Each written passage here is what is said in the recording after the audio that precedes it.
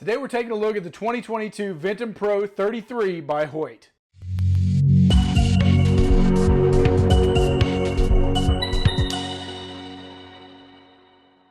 Welcome back to Mike's Archery's YouTube, and today we are taking a look at the 2022 lineup from Hoyt, and they have got the new Ventum Pro 33. Now Hoyt is out there in Salt Lake City, Utah making bows, and they are all made in the USA, and we're hoping that they will clear up some supply chain issues this year because it was a little difficult to keep Hoyt bows on the shelf last year with really long lead times. So we're hoping that's going to clear up headed into 2022. Now the specs on the Ventum Pro 33 are 334 feet per second on the speed rating. The axle to axle on this bow is 33 inches.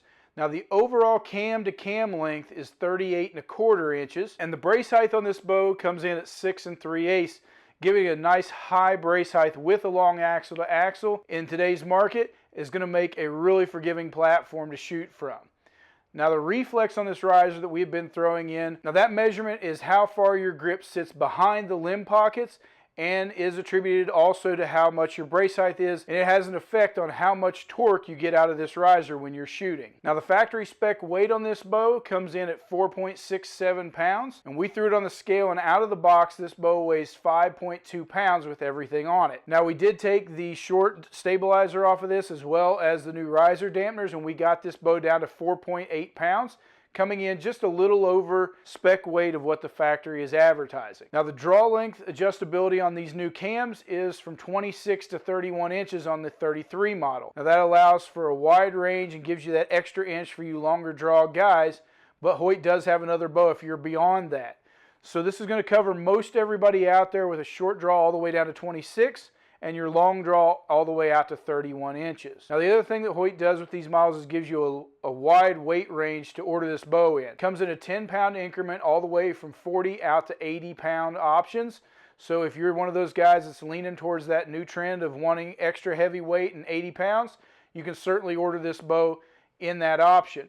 But if you're someone who needs a lighter weight, maybe you're on the shorter draw side of things, or maybe you're a woman or someone younger wanting to get into archery, but you want a top-end bow, you're able to order this bow in a lighter poundage option. Now the let off on this cam is adjustable for 80 or 85% let off, and it is an easy adjustment, just allowing you to move that stop on the module from one position to the other. Now Hoyt did a redesign on this bow for this year from what the regular Ventum 33 was last year, and where they started at was a new cam. So you've got the new HBX Pro cam on this bow, and that redesigned cam is giving a smoother, stealthier, and speedier option from what they had last year, but it still does use that base module system that they changed to from last year. You will have a base 2 option or a base 3 option with the module rather than the cam, making it a little easier and cheaper to change things out and to move this draw length if you need to change it from that top end to the bottom end.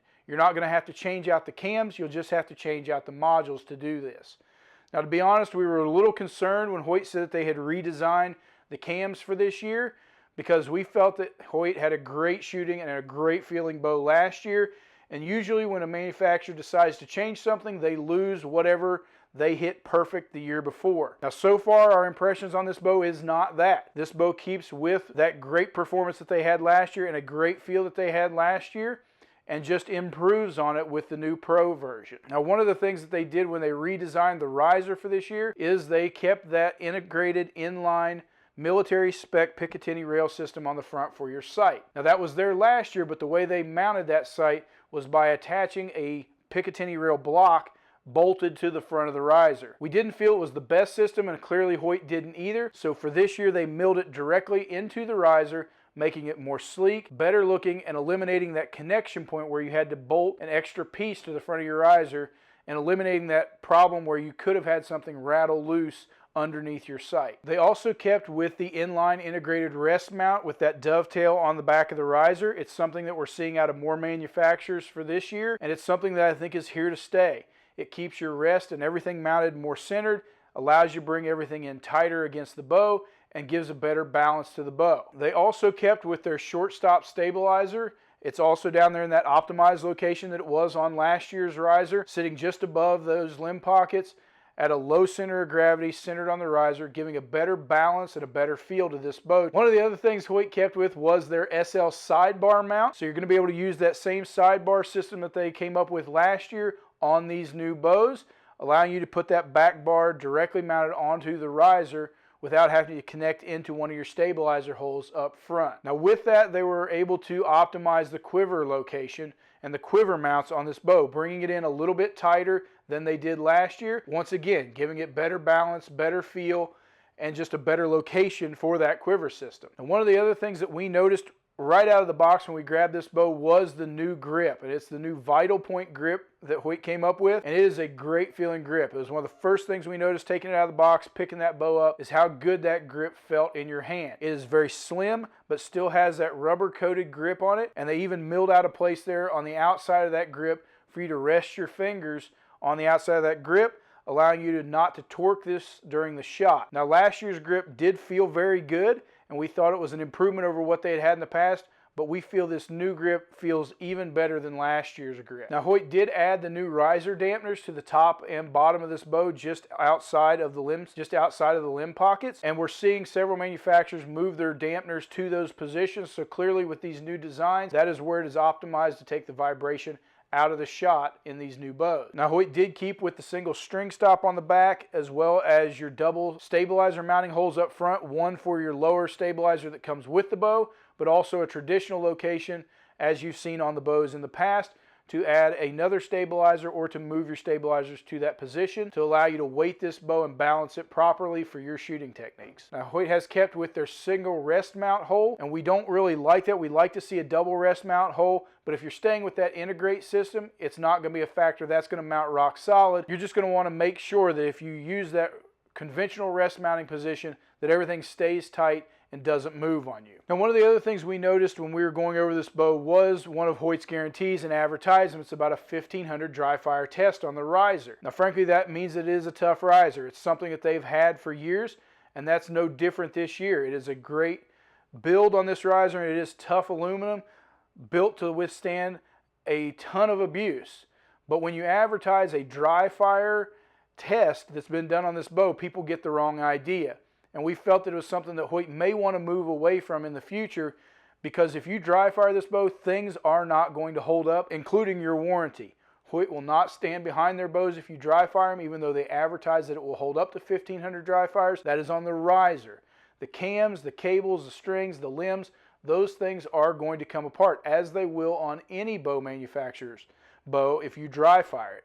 So if this is something that you see on there, just be aware that it is an advertising thing, and it is not something that you want to test out, because none of your warranties will hold up from any bow manufacturer, including Hoyt, and we just feel it's something they should take off of the advertisements and the hang tags on their bow. Now Hoyt continued with the same color palette that they've had in the past, giving you 10 great colors to outfit this bow in. They kept that buckskin, as well as the wilderness green and a solid black option, and also giving you 4 camo options in Realtree Edge, QU Verde 2.0, as well as the Subalpine and the Elevated 2 colors. Now you can order this bow in 2 special editions, one being the Cam Hanes Keep Hammering black option, or you can order this bow in 2 bone collector colors, one being black, the other being a Realtree Edge, giving you those bone collector logos outfitted on this bow. Now the Ventum Pro 33 is going to come to you at a mapped retail of $1,249, and we feel that's right there with everybody else's flagship bows. And even though we've seen price increases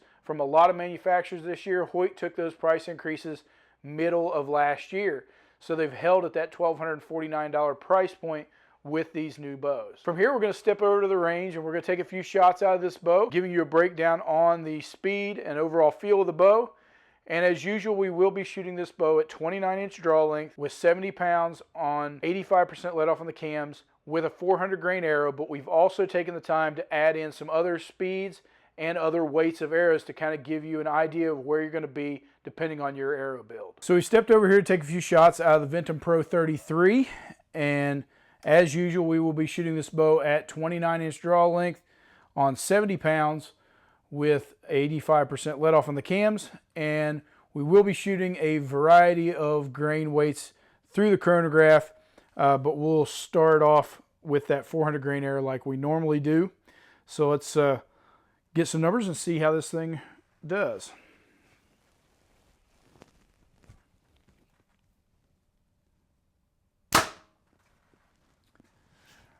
All right, so with a 400 grain arrow, we are seeing that bow coming in at 308 feet per second. And frankly, that's one of the faster bows we've shot, even being the longer axle to axle. It's getting some great speeds out of it.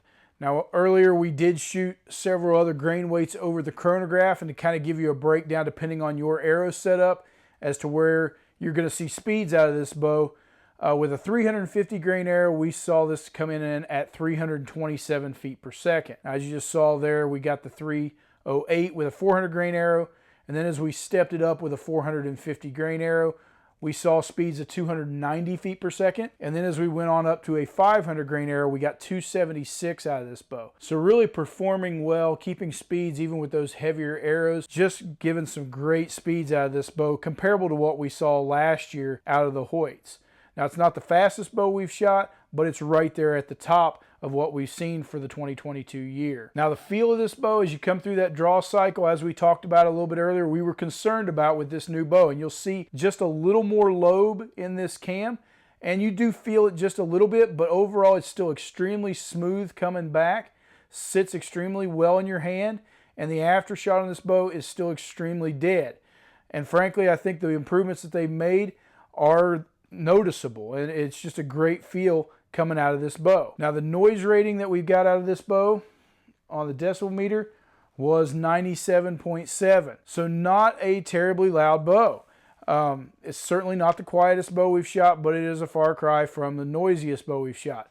And just shooting it, it sounds like a fairly quiet bow when it goes off. Now, one of the things we noticed on this bow was the new grip, and the way this thing sits in your hand and the way it feels sitting in your hand is fantastic. We like that little cutout, gives you a place to put your fingers at full draw, so you're not torquing the riser, but you still got a full grip on the bow. And it's just that slim line sits in your hand really well. Now, I know that's probably an opinionated thing, and for sure you need to check this bow out and see if you feel the same about it, but our opinion here at the shop is it is a great feeling grip. So if a brand new Hoyt's something you're looking for, and you're looking for this longer Ventum Pro 33, give us a call here at Mike's Archery and we will get you set up with one.